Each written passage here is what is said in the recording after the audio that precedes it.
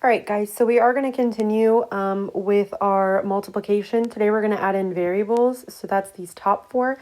And then we're going to talk about how to multiply binomial examples.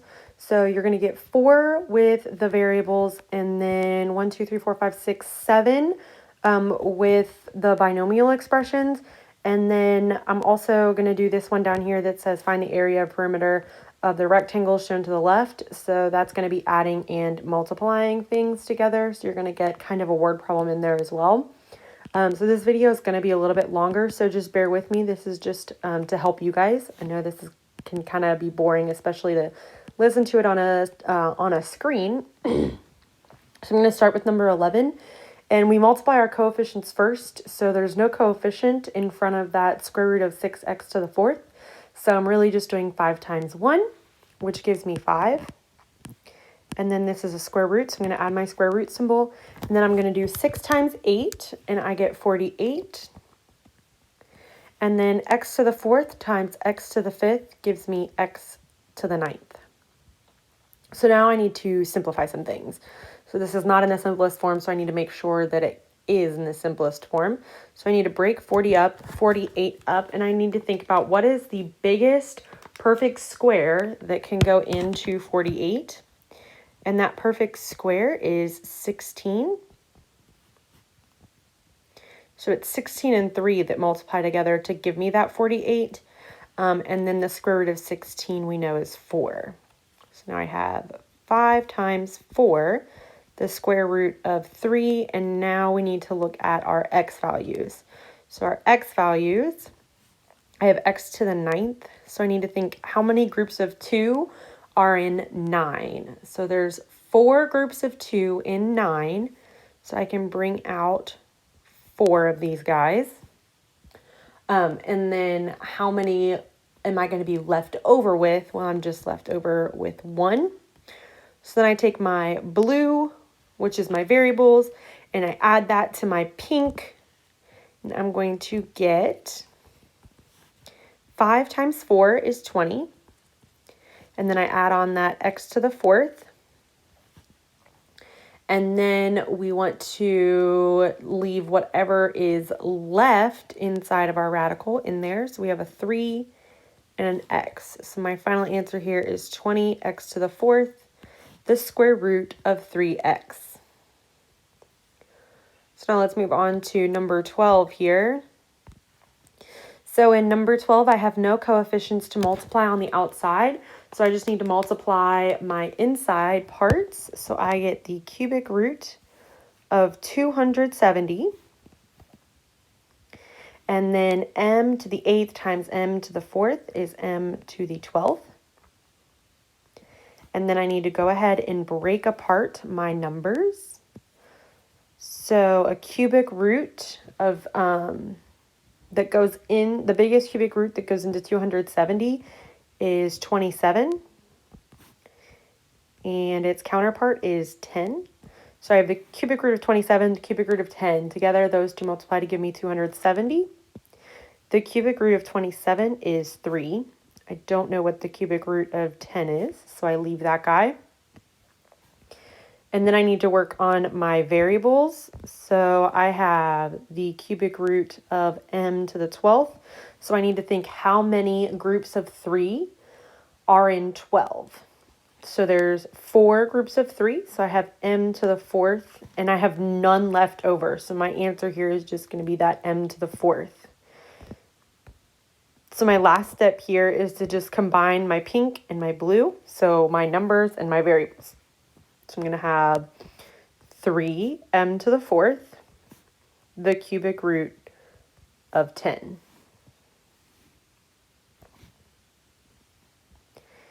If I keep going here, I have no coefficients to multiply on the outside, so that means I'm just going to multiply my insides. So negative 3 times 36 gives me negative 108. So I have the cubic root of negative 108.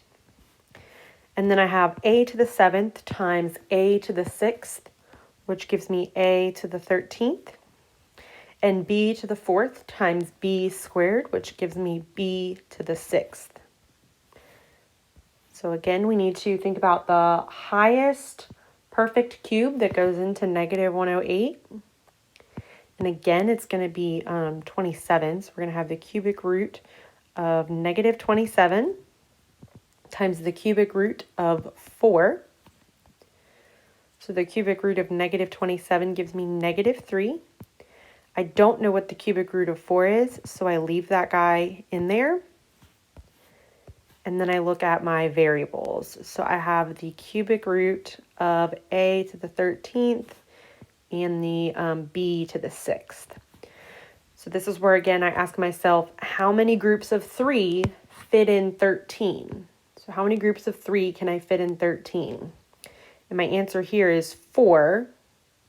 And then we have to think about how many are going to be left over.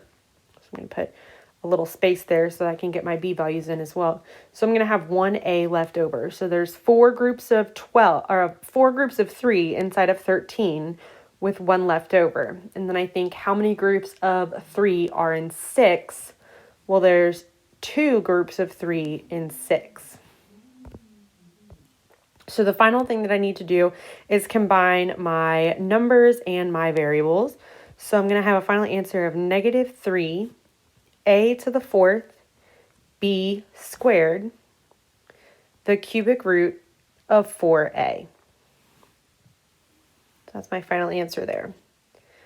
Last one before we move on to these binomial examples. So again, we start off multiplying our coefficients on the outside. So that's 2 times 7, which gives me 14.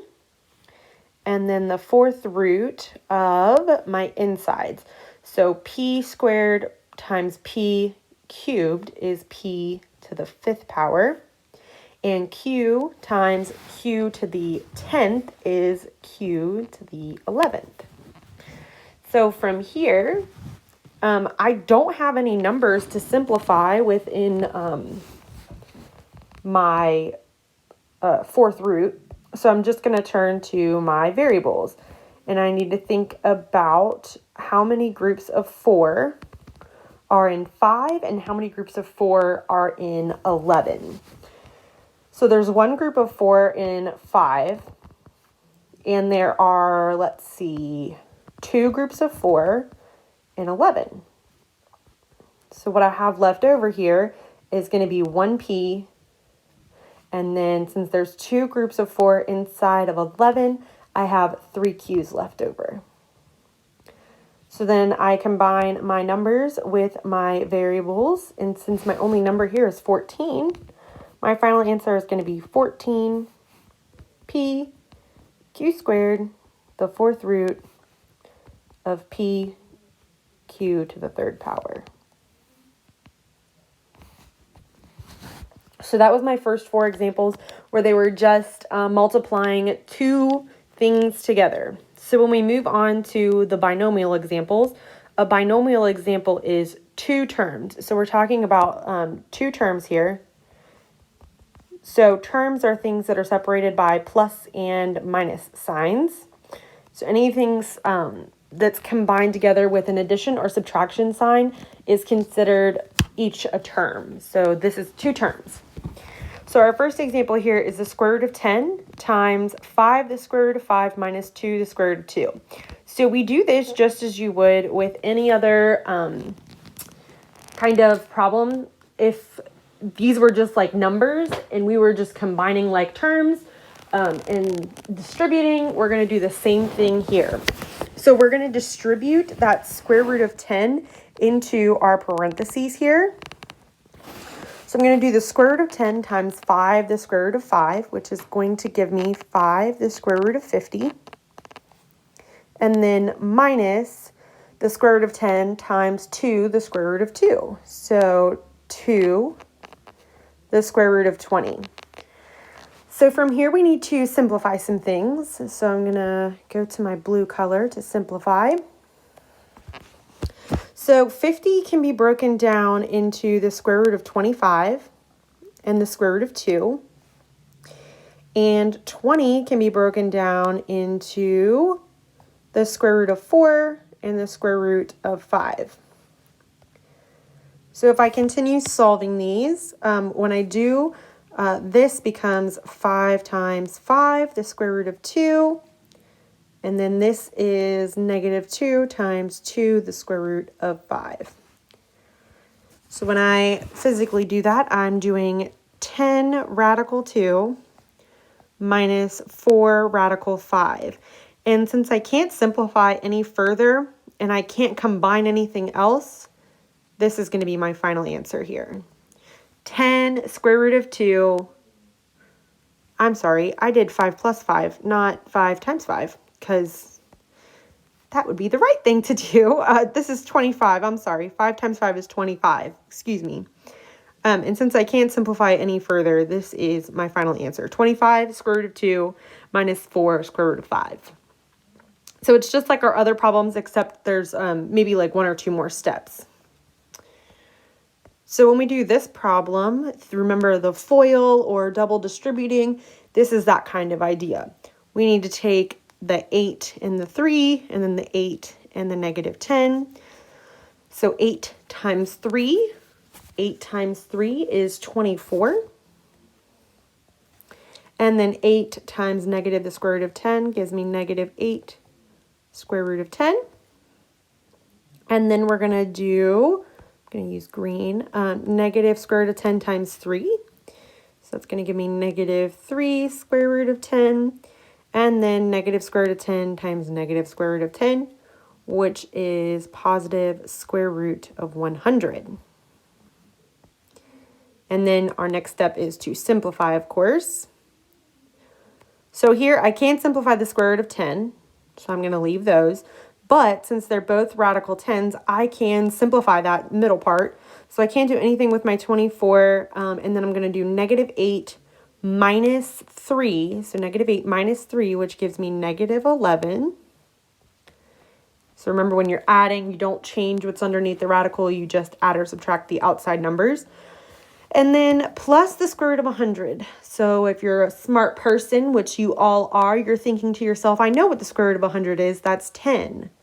So really, we have plus 10 here on the outside.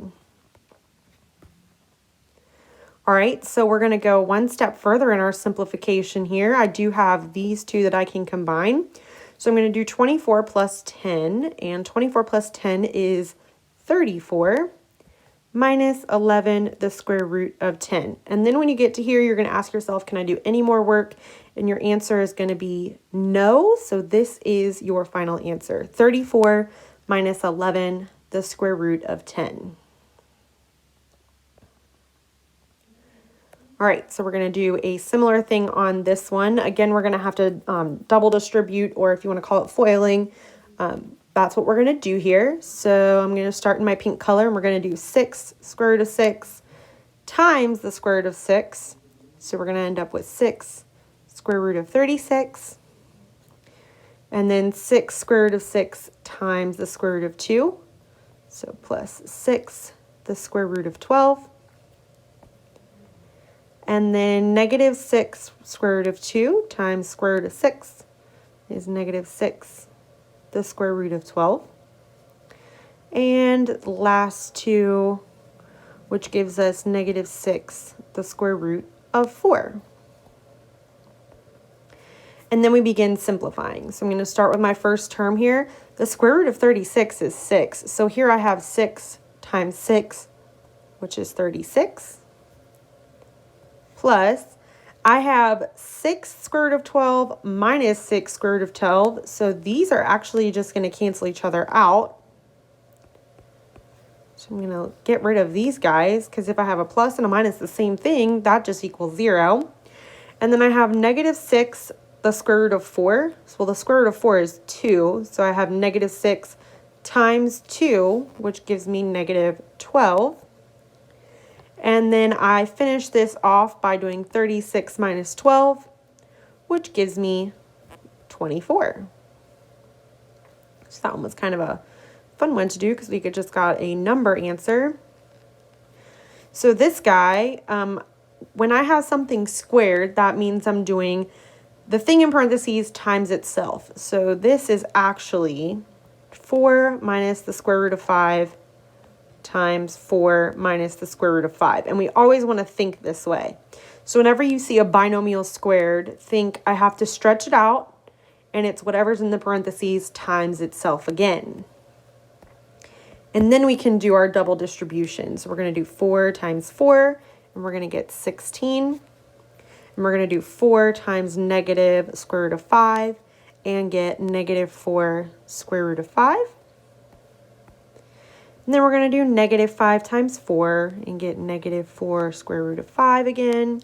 And then negative 5 times negative square root of 5 times negative square root of 5. And we're going to get plus the square root of 25. Now we begin our simplification. So we still have 16 as our first term. Our middle terms have the same thing underneath the radical. So I add or subtract the outside numbers. So negative 4 minus 4 more. That's negative 8 square root of 5. And then the square root of 25 is really just 5, so plus 5. Last step here is to combine any like terms. So I'm going to do 16 plus 5, which gives me 21, and then minus 8, the square root of 5. We can't do any more work, so this is where we're going to stop and box in our final answer. All right, moving right along. So here we do have another one. This one you only had to distribute once. You don't have to double distribute here. And we have some variables coming into play. So we're going to do 3k times 12k. So 3 times 12 is 36. And k times k is k squared. I forgot my square root symbol, so let me add that in.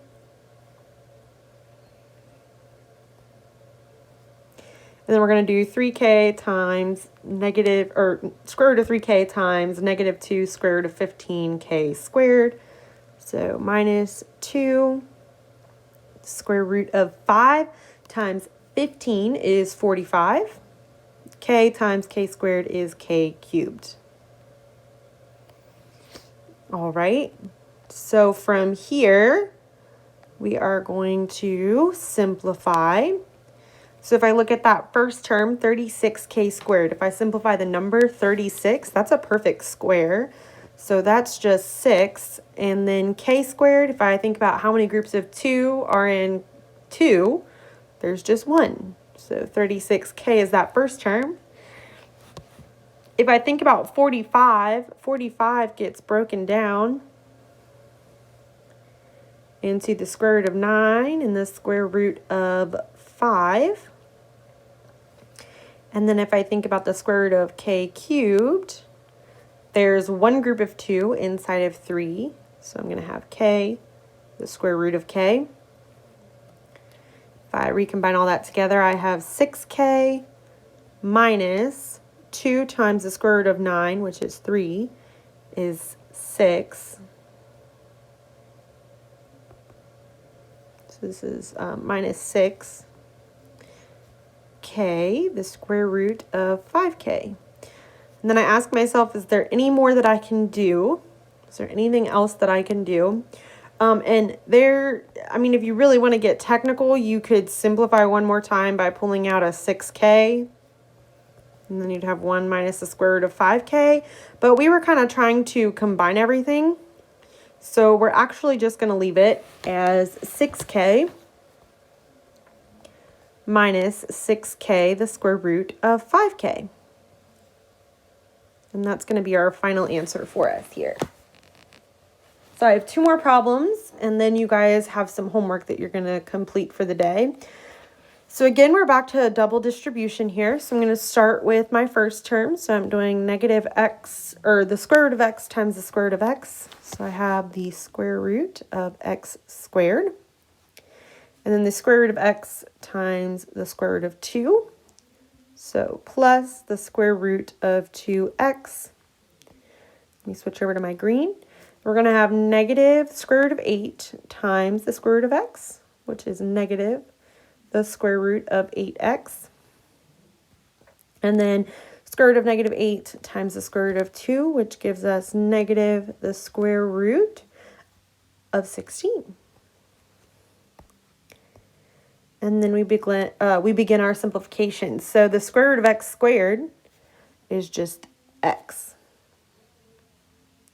And then this negative square root of 8, I can simplify that down a little bit. So I still have this square root of 2x. And when I simplify this down, I'm going to end up with negative 2, the square root of 2x. And then the square root of 16 is 4, so minus 4. I have to simplify one more thing before I have my final answer here. So when I do, my first term isn't going to change. It's still going to be x. But I have positive 1, square root of 2x, and I have minus 2, the square root of 2x. So 1 minus 2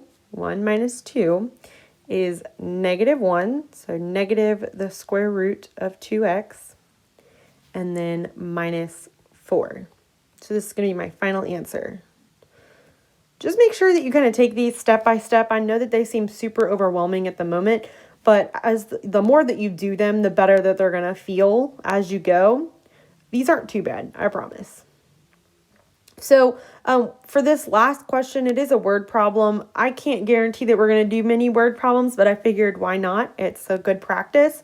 So it wants us to find the area and perimeter of the rectangle at our left. So that's this rectangle over here. Didn't know that my thing wasn't big enough.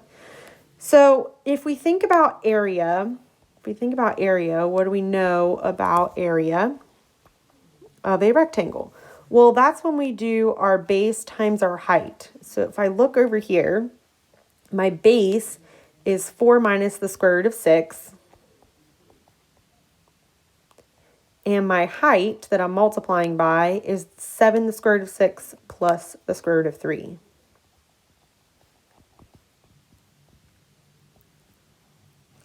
Okay, so if we physically multiply this out, let's do that here. We're going to do 4 times 7 the square root of 6, which is going to give us 28 the square root of 6. And then we're going to do 4 times the square root of 3, so plus 4 square root of 3. And then multiply our negative square root of 6 times 7 the square root of 6. And we're going to end up with negative 7 the square root of 36. And then our last one is going to be negative the square root of 18. So this is where we get to that simplification part. So we can't simplify the first term, can't simplify the second term. I can definitely simplify my third term. So let me just rewrite my first and second terms here. So this becomes negative 7 times 6. Negative 7 times 6, which is negative 42. And then 18 can be simplified into negative 3, the square root of 2. And then from here, I just look and I can't simplify anything else. So this long thing is my area.